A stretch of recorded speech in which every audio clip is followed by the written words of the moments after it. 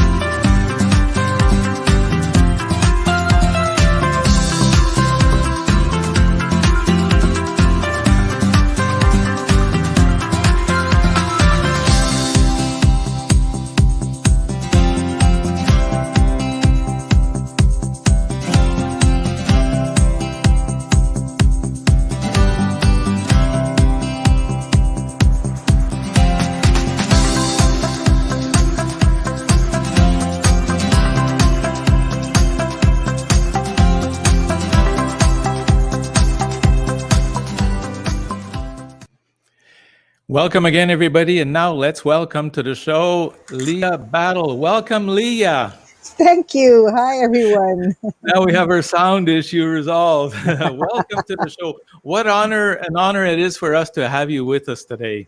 Thank you. It's my pleasure, my honor to be on your show. Great, thank you. Lya, we will be talking, of course, about dogs, and we will be talking about dogs as a society problem. We'll be talking about the amazing works you folks have been doing, and we're going to be sharing a lot of information with everyone. We're going to be showing some photographies. We're going to be showing a couple of video clips. We're going to have one of your volunteers going to come on to the show. So this is going to be an exciting time. And we're so pleased to be sharing that with you. Lya, we know the statistics now are saying that there's about 1 billion dogs around the world. And that probably 75% of that population would actually be stray dogs? Probably. I wouldn't be surprised.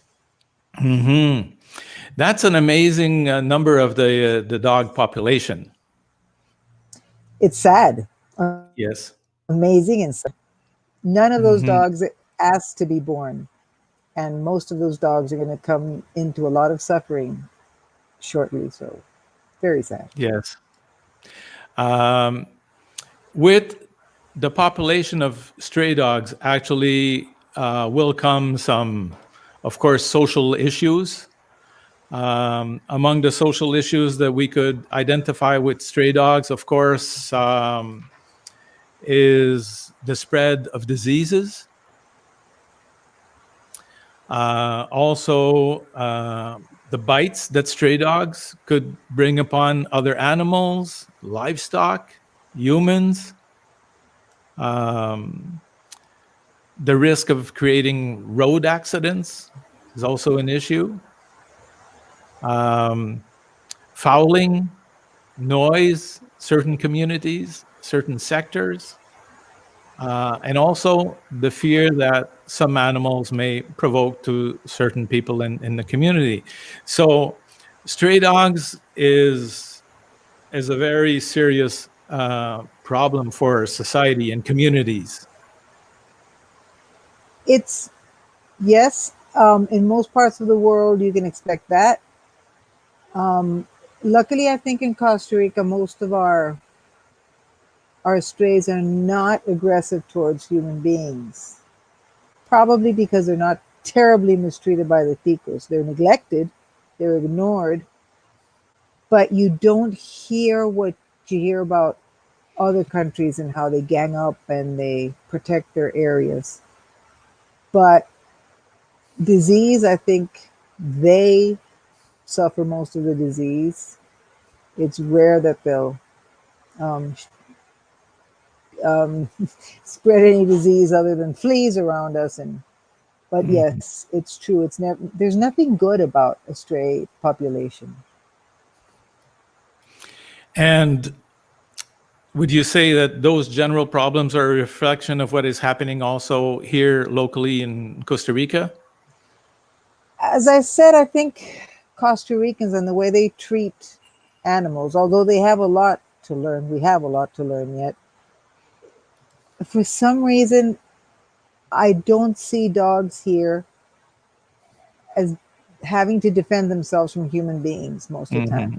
They have to look for their food, they have to fight other dogs off, um, they beg for attention, but they don't have to fight humans off, which is good.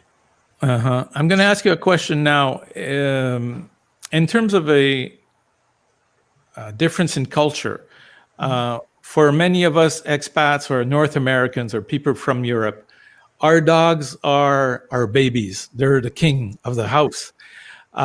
Do Costa Ricans traditionally, or from a cultural perspective, have the same type of relationship with their dogs?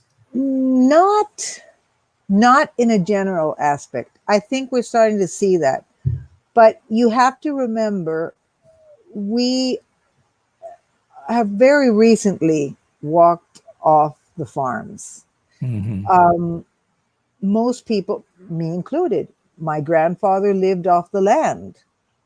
Most people my age, obviously older, it's even more, but most people my age can trace their parents or their grandparents back to a farm.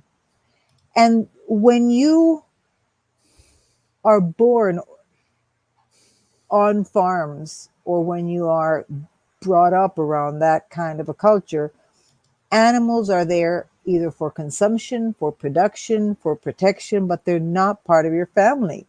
Hmm. And it's it's just been very recent since the Costa Rican society has actually evolved out of the farms into universities, out across the oceans into other cultures. So we're still very young in that sense. We There's still a lot of that sort of older generation, don't touch that dog, don't bring him into the house. But Hmm. it's dissipating. I have seen that kind of dissipate, and in its place I can see that what I think is the lovely tendency of having animals be part of your family. They're members, they're feeling souls. So I think it's changing, but Hmm. we're still kind of young in that way. Hmm. Now, Leah, tell us a little bit more now about Territorio de Zaguates. So, how did this famous or extraordinary adventure happen? It was never planned to be this. It was just me coming to terms with the fact that a dog that didn't have a home either was lucky enough to find a home or would end up his days on the street being either killed by a car, dying from some illness. Hmm. So it just didn't fit how these creatures that we are told are man's best friend, and you can see we have a special connection to, Hmm. these short of angels, why do they have to come to suffer this way? Why are they born into so much misery? And Hmm. then the options are shelters. Well, what is a shelter? if a dog is lucky, he'll live in a shelter for many, many days, many, many months, even many years within a cage and a bit of liberty, but not much. Hmm. That's not happiness. Hmm. That's not a life worth living, not for a dog, So, but not for any creature. that's not at all what you are offering at Territorio. Well, Your no, philosophy is totally different. totally different because so when I realized that that was a reality, I thought, why? Why isn't there a place where dogs can go and be happy and be free and be cared for without a due date because you need the cage or because you Mhm. need the space? Why not a farm? Why not a farm and have dogs be like goats? Yeah, And exactly. everybody kept saying, no, you can't do that. No, no, dogs go wild. Dogs revert to the pack mentality and they'll attack you and they'll attack each other and they'll eat each other. Yeah, And but I dogs kept are saying, wonderful. Now, dogs yeah, are following you. You could see a couple of dogs just popped up there in the screen there. yeah, I see that. um, so, when about did this start? I know you don't really have a specific date, and I think that's been part of your life experience, right? Yeah, I don't follow dates at all. So, but I don't follow schedules. you basically started with just a couple of dogs, Yeah, okay? And then I think at some point you had maybe around something like 80. yeah. And then one It- shelter somewhere was closing, and they wanted to actually kill the dogs, which Territorio de Zaguates is a no kill no kill. shelter. No So what kill. you did is you can resist. So what did you do? So we took those, I think it was like 80 some odd dogs or 60 some odd dogs because they said that they had given up for adoption all the ones they could, and these were the larger ones and the ones that were not as adoptable, and they were gonna euthanize them. So Mm-hmm. we took them, Mm-hmm. and we thought that had been the end of that problem with that shelter. It was called Cielo Verde de los Perros, Okay. and but that meant, I mean, this was many, many years ago. I was working to pay for each grain of food that these dogs were getting. So it was 60 dogs all of a sudden that it was getting harder and harder and harder to do, but we were managing. And then about a year or two later, we heard that this place hadn't closed. Mm-hmm. People were still dumping dogs there.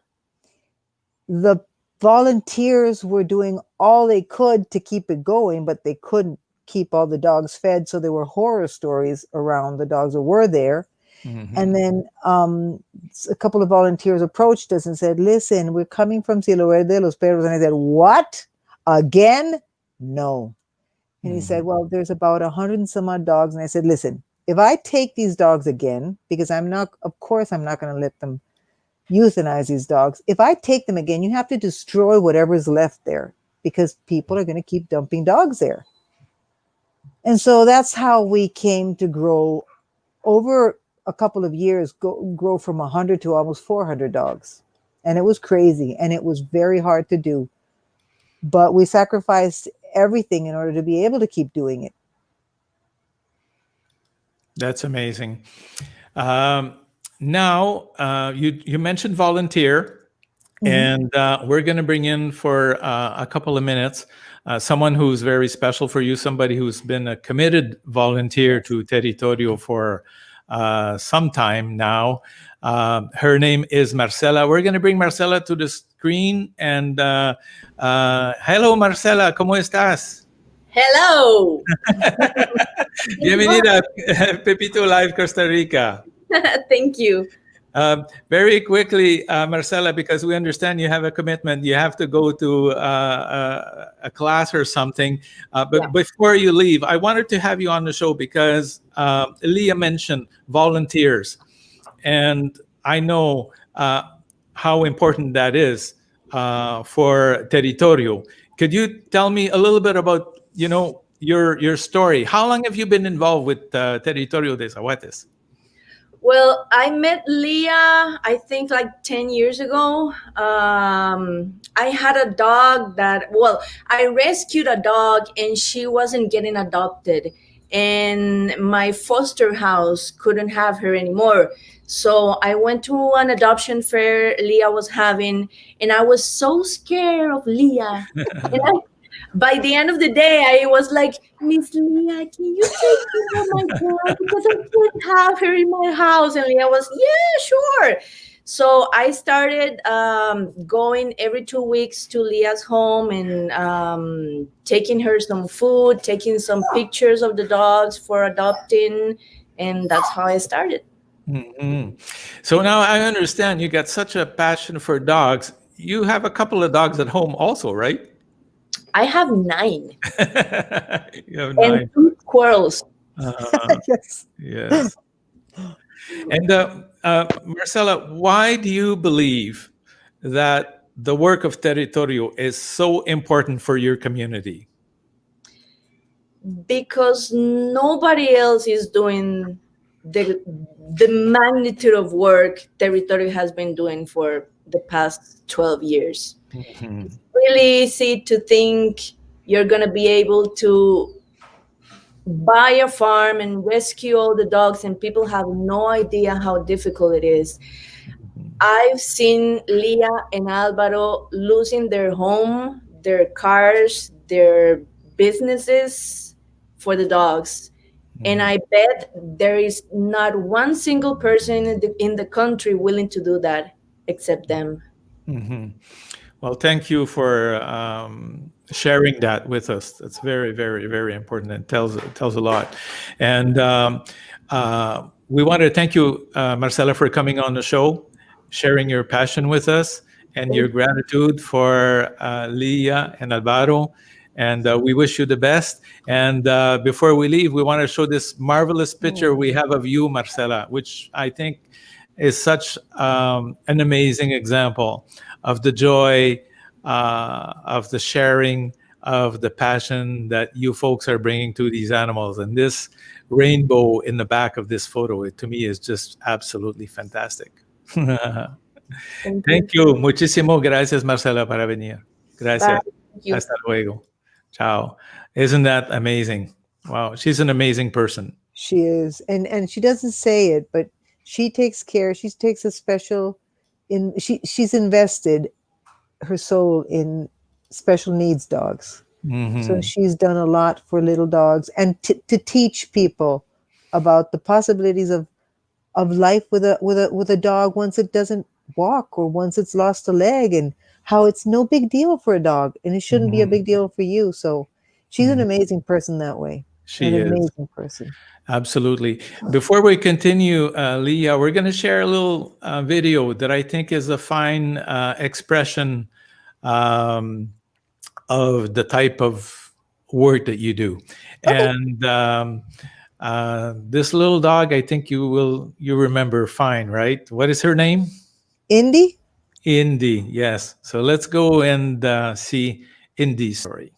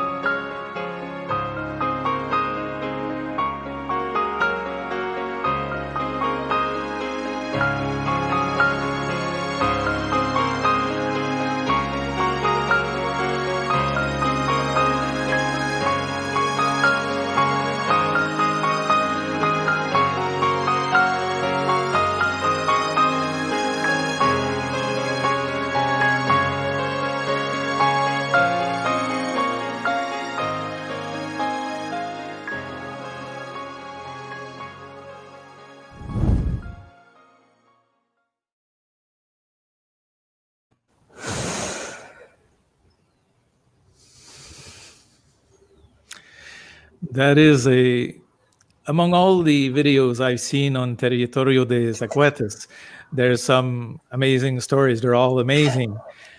Uh, I usually will not try to pick a sad video, but because unfortunately people who can't read Spanish maybe didn't understand, but with all the love and all the support that was provided by Yuli and the people and all the volunteers at Territorio. In the end, this little perito developed some other illnesses and did not survive. But I feel that the video is such an expression. It's it's sad. It's also a joy and a triumph over what could have been her life or the last days of her life, and it's the reality that a lot of dogs live. She was old, she wasn't important to anyone, and she was really struggling on the streets, and she would have died there probably without remembering what having a name felt, or being cared for felt, or having a warm place to sleep felt. And you see, those are the ones that I think most need rescuing. They're the hardest one to rescue because nobody wants, even if we can nurse her back to health, very few people want to adopt a dog that's old, twisted, broken. And those are the ones that most need rescuing. But what's sad about a lot of these stories and what breaks your heart is you think they're out of this misery and you have a home lined up for them and then they don't make it. And I've come to think that a lot of them are just holding on to feel that. They're just holding on to remember. They're holding on long enough to remember what it was to feel loved. And when they do, it's like they just go, okay, I'm ready to go. And they leave. And it's heartbreaking, but it's reality. And at least, and it happens to us a lot because we pick up a lot of that kind of a dog. The pretty, fluffy little dogs that people find on the street are very easy to get adopted. And they're actually usually adopted from the street. But the ones that have become ugly, mangy, nobody wants to help those. And those are the ones I want to help, especially if they're old. So at least we have to sort of hold on to what little, what little, I don't know, assuage it may bring, but to know that at least they left knowing that their lives meant something to someone. And they're able to move on with their life or with their second stage of their life, in whatever other plane that is, but with a memory, with a good memory. And we're left with the pain, but hopefully they're sent off with the joy. Well, the video, one of the reasons I wanted to share the video because we could see all the joy you gave her. Yeah. The ending is sad, but she's had an opportunity to have some Yes. joy and Yes. to know what joy was. And there's a little message right here on the bottom. This lady here from Playa del Coco, she's very passionate about dogs also, Joanne Joanne. Denis. And she's expressing, her regards to you. I love I her. got Sebastian Blind Dog from Yes. Territorio. He's the best dog in the world. Yeah. And everybody in Coco knows Joanne and all the work and all the passion she's bringing to dogs that she's Yes. getting from all over the place also. So bonjour, Joanne. Congratulations to Joanne for helping the dog Yes. community Thank also. God for Joanne. Exactly. And so I want to remind people, if you want to leave a message or if you want to ask Lya a questions, by all means, via our Facebook page in the commentary section or via our YouTube page, also via the comment section. By all means, please feel free to ask any question. Here's a question, Lya, and we're going to change the mood here a little bit. All Okay. right. Go. I can still feel the emotion here. I'm all upset here. And I'm looking at Teresino, my partner across the room. And after that testimony, he had to get up and go wipe his eyes. He's not going to tell everybody, but I'm telling everyone. um, Here's a question. Okay. So when we're going to be talking about the day-to-day operation Yeah. of Territorio, and here's a dirty question. Okay, 1,500 dogs. Wow. Um, what happens to all the poo? I knew you were going there. Everybody has that same question. Everybody thinks you walk into Territorio and you walk into a land full of poop. And no, we have to pick it up for our own sake and for the dog's sake. If we don't, it attracts so many flies. And I don't know if everybody knows, but flies will eat away at the dog's ears and cause a lot of problems. So believe it or not, we rake poop at least 3 times a day. So in Wow. the morning, early in the morning, the first thing the caretakers do, and the caretakers live on the property. So before 6 o'clock, usually at around 5:30, they're up. They're raking everything of the main enclosure where they're fed and where they're put to bed. They rake everything so it's clean. Then they serve the food. That process takes at least an hour and a half, 2 hours, because we have to serve sort of in chapters, so that everybody gets to eat. And then, of course, what happens after dogs eat? So then we have to go back and rake all of that out. And then during the day, it's at least 2 more times to rake everything. Now, when we go on the walks up into the mountain, of course, like most dogs, they start walking, their intestines start moving, and they'll poop here and there. That's left there. I mean, it's abono, it's fertilizer, and it's a little bit spread out in over 4 kilometers. So it's not like all of them go to the bathroom at the same time in the same place. And actually, I think it goes back into the soil and does its part of nature. But where the dogs are kept in big numbers, when they sleep, where they eat, where they hang around, that has to be raked constantly. And we put them in barrels, and we reuse the sacks where the food comes. So we fill all the sacks back with processed food, to say it politely, and then we put it in a container that Evie, that the company that manages waste production for the municipalidad, picks it up every, I don't know if it's every week or every other week, and leaves us a new one, and we fill that one up, and they pick it up and they take it and they do the job with it. So Cool. So amazing. There's Lindsay has a little message here. hi, I've been there so many Lindsay. times. I've never stepped in poop. They pick Wow. it all up. There you go. I know she's never stepped on it, but it certainly doesn't happen very often. So here's a question from Pique Mal. How do you get all your supplies like food? Okay, there's a very good question. You want to talk about that? Yes. We've been very lucky for the last 4 or 5 years. Super Perro donates about 160 odd sacks every 2 weeks. Wow. We buy the rest. Just so you can imagine, I buy 100 sacks every 6 days. So the donation helps a lot, but we still have to buy A lot more. The dogs eat around 20 to 22, 30 kilo sacks a day. A day. A day. So it's a lot of food. Now, how do we get it?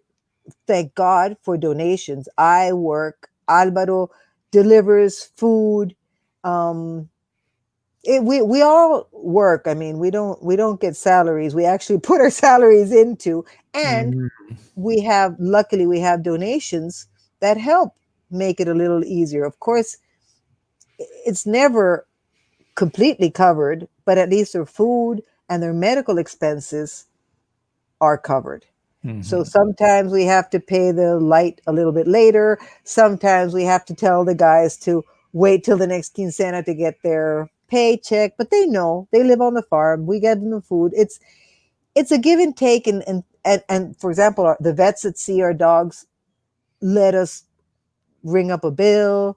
They're super sweet when we have to bring a dog down, when we rescue a dog that needs a special operation.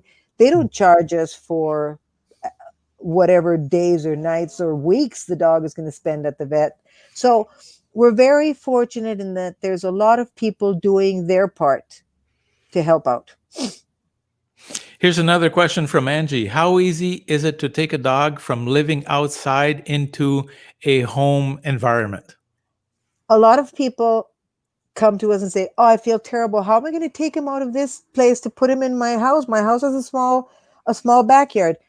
You would not believe this, but the dogs, as happy as they are at the farm, with their freedom, with their friends, all they want is to give their heart to a family, to a human being. Dogs they live for that. So I always use this example. When you take a kid to a birthday party, oh, he's the happiest, and they have the best time.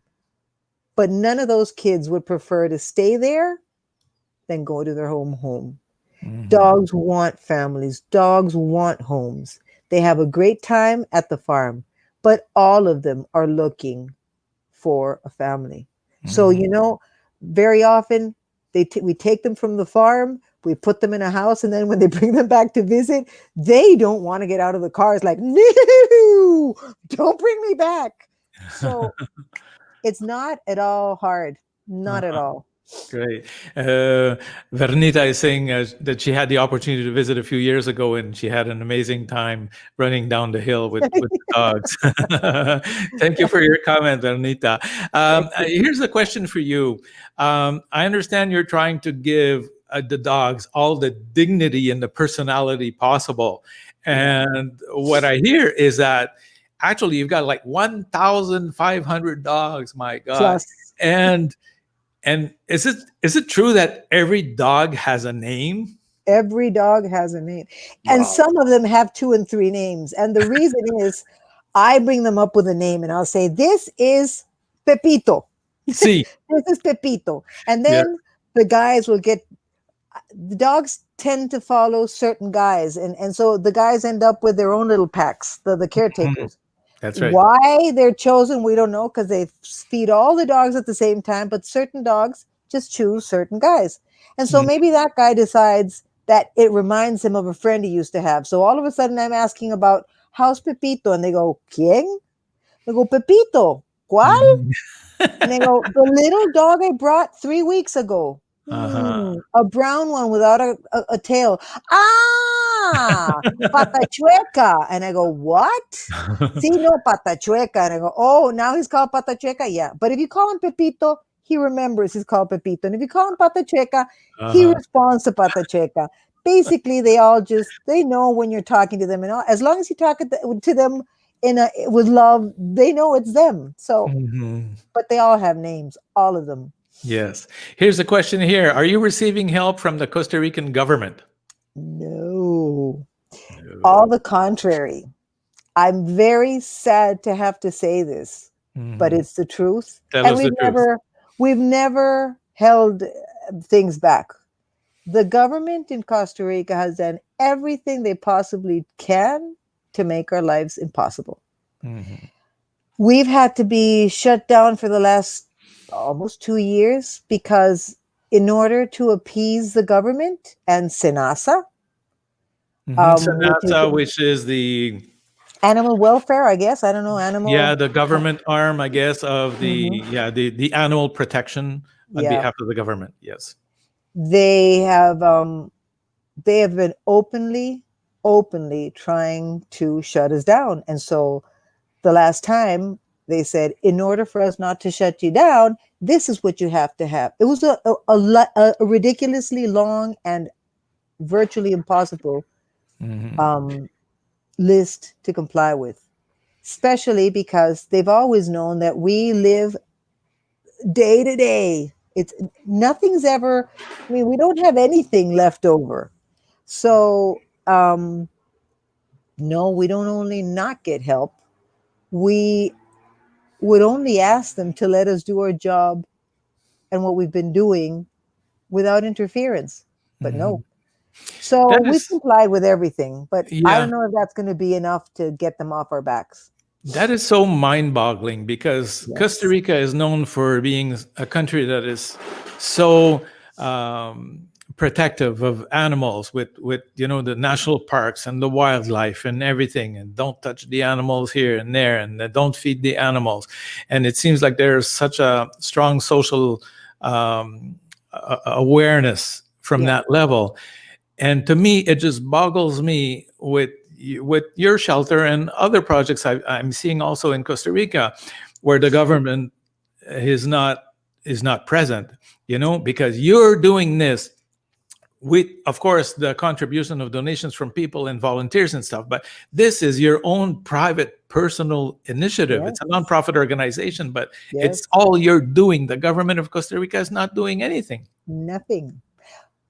But just to save face here, I Hmm. think it's true that Costa Ricans care about animals and they're kind-hearted people, generally speaking. Hmm. Yeah, I'm not talking about people. I'm talking No, about I the know. government. Yeah. But as in many other countries, the government and what the government does is not always Hmm. represented by the people. So I think there's a lot of um, personal interest behind this, a lot of hidden agendas behind our persecution and the rest of the people you're talking about. We both know there's many other people trying to do things that the government should be doing, and they're also running into all kinds of ridiculous red tape. So it's sad to say that there's willingness from society. We know how important it is to maintain the rivers, to maintain the the forest, to take care of our fauna. But it's another thing to have the government represent what people want. Yes. We have Lena here who's just sharing a comment with us right now. As a Thank you, Costa Lena. Rican, I'm ashamed of how the government has handled this. Yes, thank you. Sí, gracias por tu comentario, Lena. Um, Now, on a daily basis, here's a question. I think some people are wondering: are there any, like, a lot of dog fights in Zaguates? Look, I know a lot of people have the same idea that we were always fed at the beginning when we wanted to do this. You can't do that. Dogs Hmm. will fight, they'll attack each other. I don't know, because I'm certainly not a dog trainer. Uh, I've learned what I've learned empirically, but dogs live in societies. Hmm. They teach each other. They have their own way of communicating. And yes, from a dog will get into a fight with another dog, but they have no reason to kill each other. They're just trying to get the message across. Don't mess with my food. Don't sit in my place. Get out of my shade. And Uh-huh. so that, together with the fact that all our dogs are spayed and neutered. So hormones are not part of the territory sort of territory wars. Hmm. They don't have to. Um, they don't have to fight for food. They know that in the morning they're going to have their food. They know where it's going to come from. They know where to line up to get it. So that's not an issue anymore. There's no Hmm. hormones involved. And we are always on top of these dogs. You can't let a simple spat, when you're surrounded by 300 dogs, a little spat can break out into something terrible. Hmm. So most of the time, and now they're pretty used to it by now, we just yell at the dogs. If we hear something getting out of hand, and the barking can be playful, and then you start hearing, by now we're trained, Yes. you hear when it's getting out of hand.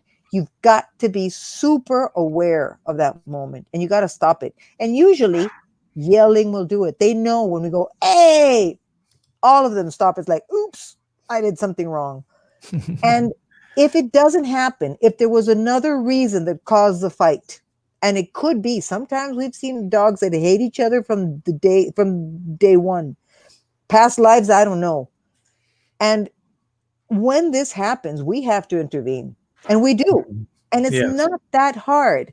And sometimes we have to fling a dog in the air to make sure he doesn't get hurt, because Uh-huh. it's usually the smallest dogs, the ones that cause all the All the rackets. problem. Yeah. So we have to fling them and get them out of the problem. But we can separate the dogs, and it's usually no more than a bloody ear Hmm. or, Yeah. Be careful there, Leah, because right there, like on the top of your screen right there, you've got two dogs there like yeah. chasing you, okay? One is Okay. very interested, the other is Yeah. not. The other one is just having a joyful time. Okay. And PK Mal had the same question, wondering if there was a question there before, wondering is there any incidents related to dog behavior? I guess you've just answered that. Yeah. Here's Angie. What are the steps to coming there to adopt a dog? Very, very good question. Do you pick out a dog according to what the person is looking for, or do they pick out the dog? How far away from San Isidro de General are you? Oh my God. For that last question, we'd have to check with Waze, because Yes. I am pretty bad with anything related to numbers or distances or whatever. Part of my Uh-huh. ADD. How to adopt a dog? Okay. Usually, and it all depends. Some people come with a fixed idea as to what dog they want. Maybe they want, it has to be a certain size because they live in a certain house. Maybe they like a certain type of dog. We usually think the best adoptions are the ones where the dog chooses a person, and it always happens. And it's happened so many times that a person comes looking for a specific dog, and a totally different dog is actually following them and bonding with them. When that person goes with that moment, usually those are the best adoptions. But very often a person chooses another dog, and I'm sure that person will be happy with the dog they chose, Mhm. and the dog will be happy to have been chosen. But there is that special bond where a dog finds you, and that is the perfect adoption. However, if a person, we also send people pictures of dogs that they kind of match whatever the person's looking for. When Mhm. we were open before COVID, we'd line up some dogs and have the person come up and kind of see them. If it wasn't since we haven't been having public walks for a long time, Mhm. that was one way we could have the person meet. Now it's kind of harder, but we still try and give the person an option of a couple of dogs, maybe come and meet them at the gate, try one out. If not, bring him back, try another one. We want the adoption to be perfect for both sides. So if the dog's happy, but the person isn't, it's not going to work. Bring him back. Try with another. We understand. Mhm. Um, so we can do basically whatever the person wants. And as long as the dog is going to a good home, we're happy. You're happy. Everybody's happy. Yeah, So just everybody's happy. to complete the question from that lady, I have a map here, and we're gonna just Ah, good. show here, yes, where the center is, or the refuge is. Yep. Here we are, Territorio Hmm. De Zaguates. Okay, so you're right in the center of the country, easy to access after the community. Yes. So people can come from all over Costa Rica. You can drive up to the gate and into it's very accessible. Uh-huh.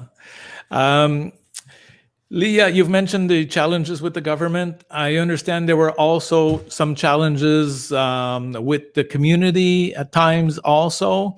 You are always working very, very hard in all of those battles. Your name is not Lya Battle for nothing. I think so. Yes. Okay. And there's been a lot of media attention on some of those issues, and you're always finding a way to arrange things, to communicate with the community, get them involved, and getting them to understand how you're managing things. I guess a lot of it, of those conflicts, come from people who maybe have never been at the Territorio, right? A lot of them come from people who went and saw mangy dogs or sick dogs and only saw that and didn't see the rest and didn't see the effort and didn't see the happiness beyond. I mean, they may look terrible. Some are still struggling. A lot of our dogs are out there with the rest, but they're struggling to get their health back. So if your mindset is very focused on tragedy and you come in and you see those dogs, you go, oh, the dogs are so skinny. The dogs are so sick.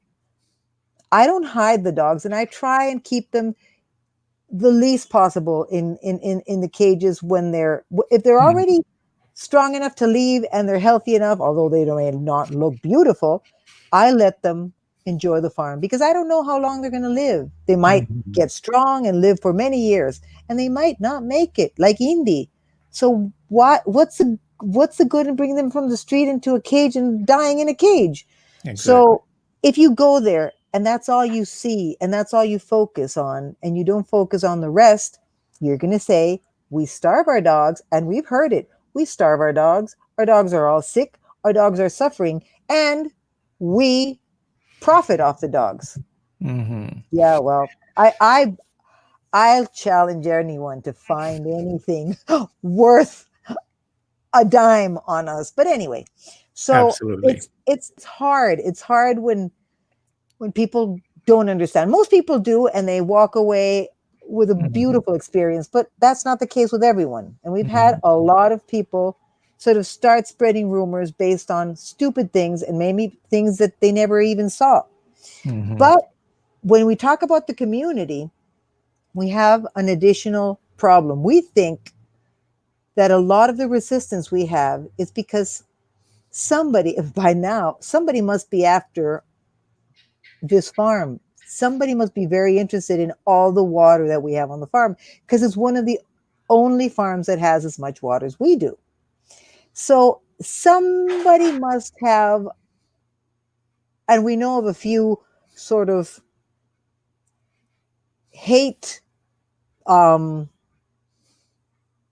projects.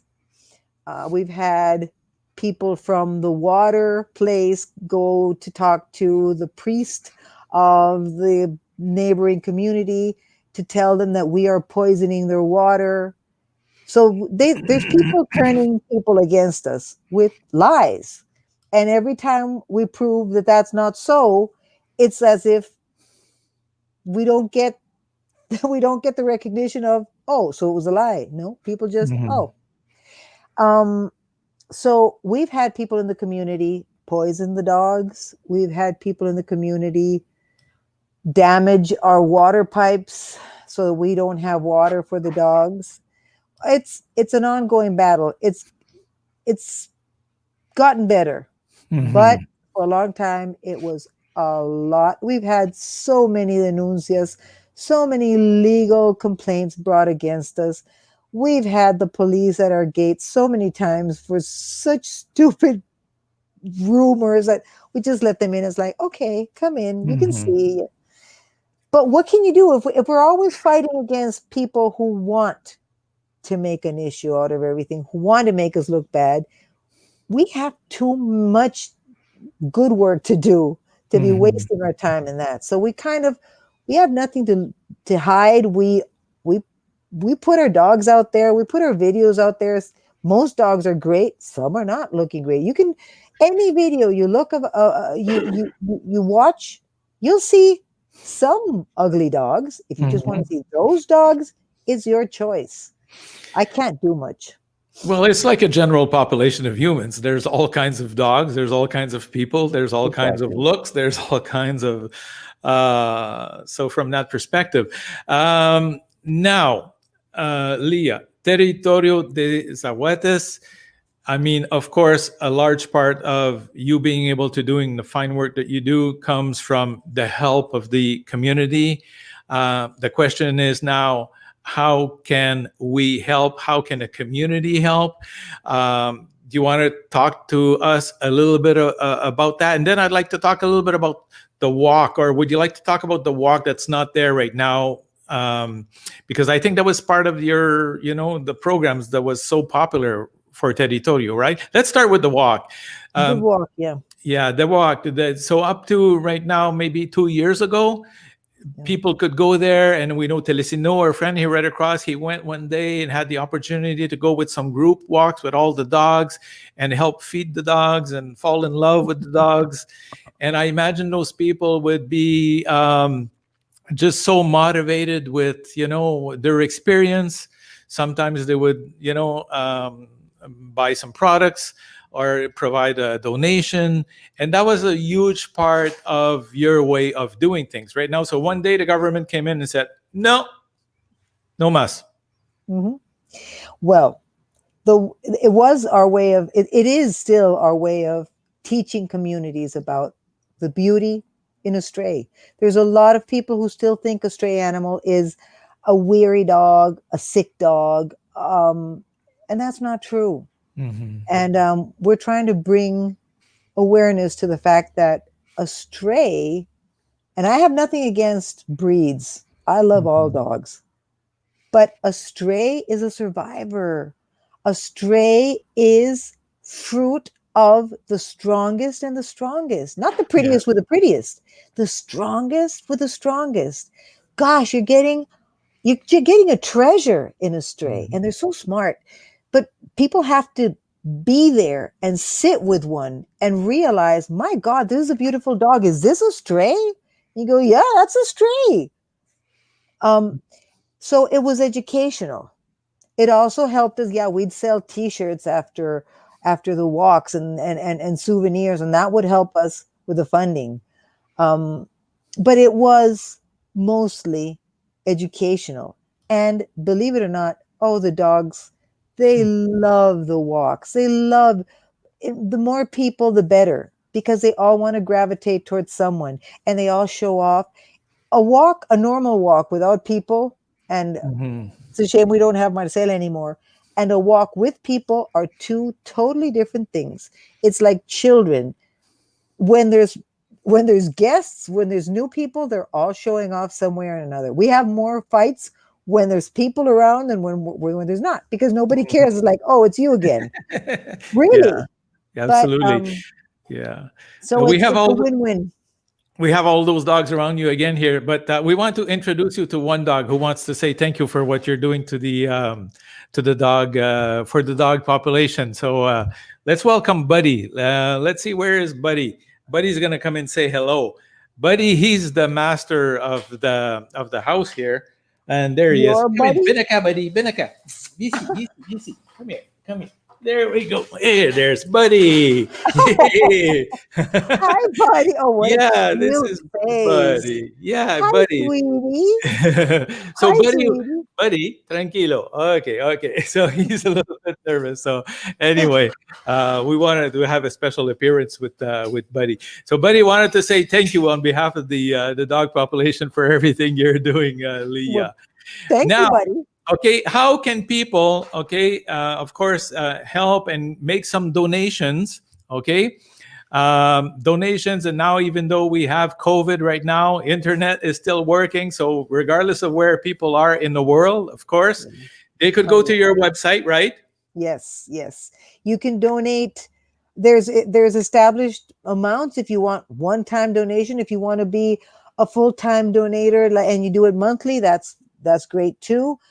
There's preset values. We came by those calculating different amounts that we spend on different needs of the dogs. But if you want to donate something else, there's also space there. We I want people to know that $1 still helps. Some people think, oh, I don't want to, I mean, it says 20 or it says 15 or it says, listen, $1 is a dollar that wasn't there before. And I also think that it's not the amount, but the love and the good wishes that go with that action that also help us stay where we've stayed. Because at times it's been like, how can we win? And the sun always comes out for us. Somewhere in the universe, somebody's happy that we're doing this. And I know a lot comes from the love that people send. So whether it's monetary, whether it's you have old towels, we'll take them. We everything can be Donations used. and goods. Yes. Everything. So we Everything. have here on the screen Territorio De Zaguates.com. So that is the link to your website. Okay. And I understand you also have a Facebook page. So there's a Yes. lot of ways to communicate with you. Do you think, Lya, at some point in time, the walks are going to be reopened again? I think if it wasn't for COVID, we would be having them now, because Okay. we've complied with everything that the government's asked for. Okay. I don't think they have an excuse not to let us open, but now it's a pandemic. Well, no, well, that's very good news. So that's a little bit of sunshine for the future, right? Because yeah. we talked to so many people who would love to live that experience. It's such an experience. Before we leave, now, if the president of Costa Rica would be watching our live show today, Lya, what message would you have for him? I'd ask him to please invest in education towards this matter. A lot of suffering that the dogs or animals in general go through doesn't come or is not rooted in evil. It's rooted in ignorance. And it's so easy to teach a child how to be compassionate with an animal. It's so simple. It's such a little seed and it goes so far. But the government is the only one who can actually do that in a massive effort. That, and please institutionalize free spay and neuter clinics. Pick up a dog, spay it, neuter it, and if you have to put it back on the street, put it back on the street. But we have to stop this. And the only ones that have enough resources to do so is the government. We need to stop the suffering. No dog is happy on the street, and there are not enough homes for all the dogs that are on the street. And we can't just, a few of us can't solve this problem on our own. It's the government's responsibility. Somebody has to take responsibility. Exactly. Lindsay says here, strays are treasures. She is so right. I love the stray I adopted with Lya's help. She has a lovely one, Baltasar. Such a goofball. Baltasar, you even remember his name. That was a love affair between Lindsay and Baltasar the first time she came. And it was her special baby every time, and until she finally found the way to take him home. And now they're soulmates in the same country, in the same household. Wow. Well, now, before we leave, we're going to remind people who want to help, or people who want to support Territorio de Zaguates, or I call it Land of the Strays in English. That too. Yes. Okay. Here's the website once again. Okay. territoriodezaguates.com. You can make a donation. You could provide donations in kind. And over and above that, I think that the message, that my conclusion to what the conversation we've had today is that, yes, it's a question of human behavior and human attitudes. And of course, I'm hoping that at some point the government of Costa Rica is also going to come across and start helping your mission, but also each and every one of us in our community and our attitudes. And I understand there's starting to be a shift in culture also in the Costa Rican community. Yes. Each of us could do our fair share and changing our ways of doing things and our values and our approach towards these marvelous dogs. Yes, absolutely. And I want to thank you, Lya. I just want to put a little parentheses. We've had a conversation about dogs, but there's also a cat population out there, Yes, and they which also is need him. which is just as important, right? Absolutely, Yes. absolutely. So you have no intention of starting a cat division, right? Well, for a while we had to have one because people were dumping cats Oh, really? in our Wow. yes. Oh, But there's a couple of people sort of trying to take care of specializing in uh-huh. cats. It's Uh-huh. it's very hard to provide a healthy environment for a cat when they're surrounded by dogs. Yeah. But there's a lot of people who are doing a lot for these. There's a lovely ladies. They've moved to way out in the boonies, but I think it's called Fat, Spoiled, and Lazy or something. And they specialize in cats, and they're wonderful women. Great. Wonderful women. Thank you. So therefore, Lya, thank you for sharing your experience, your passion, your stories with us. It's a And we pleasure. wish you the best. And by Thank all you. means, you're welcome on the show anytime, anything significant happening, any Thank way you. we could provide you with some support in communicating information to the community. By all means, you you. are welcome at Pepito Live Costa Rica. Thank you Thank for you joining very us. much. Thank you. Muchísimas gracias. Ciao. Gracias. Okay, amigos, this was Lya Battle, the founder, an amazing person at the Territorio De Zaguates. If you enjoyed the show, we did a similar show some time ago with the people from the Toucan Rescue Ranch in Costa Rica. We had an interview, similar interview with Leslie Howell from the Toucan, and we're going to put right there on the screen. Okay, the link later on YouTube so you could actually access and have a look at that video. Once again, amigos, thank you for being there. We hope you tune in again next week and the following week. And muchísimo gracias y hasta luego a todos.